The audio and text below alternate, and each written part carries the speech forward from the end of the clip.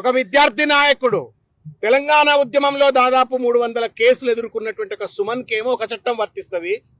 కానీ రేవంత్ రెడ్డి ఎన్ని మాట్లాడినా నిన్నటికి నిన్న హిట్లర్ అని చెప్పని ఏం మాట్లాడిండో తెలంగాణ సమాజం చూసింది. ఇది ఏం న్యాయమో, ఏం రాజ్యం ఇది? ఇదే నా ప్రజాపాలన అంటే? భారత రాజ్యాంగం తెలంగాణలో అమలు కాదా? కేవలం ప్రతిపక్షం పైన కేసులు పెట్టడం కోసమే భారత న్యాయ సంహిత పనిచేస్తుందా?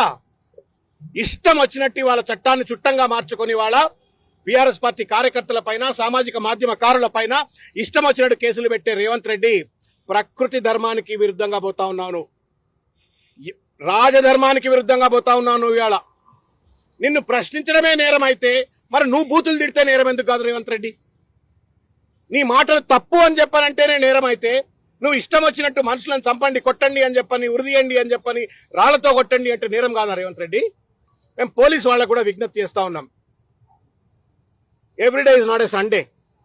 రేపు 2 ఏళ్ళు అయితే మళ్ళీ బీఆర్ఎస్ పార్టీ అధికారంలోకి వస్తుంది. ఇష్టం వచ్చినట్టు కేసులు పెట్టి వాళ్ళ సుమన్ను జైల్లో పెట్టినాం కదా అని చెప్పని sadistic pleasure Revanth Reddy and company, లేకపోతే ఆయనకు కొమ్ముగా వస్తున్న పోలీసులు అనుకోవచ్చు కాక. కానీ మరో యుద్ధానికి సన్నద్ధమవుతున్నట్టుగా సుమన్ మళ్ళా ఒక ఉత్తేజభరితమైనటువంటి ప్రజాస్వామిక విద్యార్థి ఉద్యమాలకు లోపల నుండి తయారవుతున్నాడు. ఎవరు ఆపలేరు.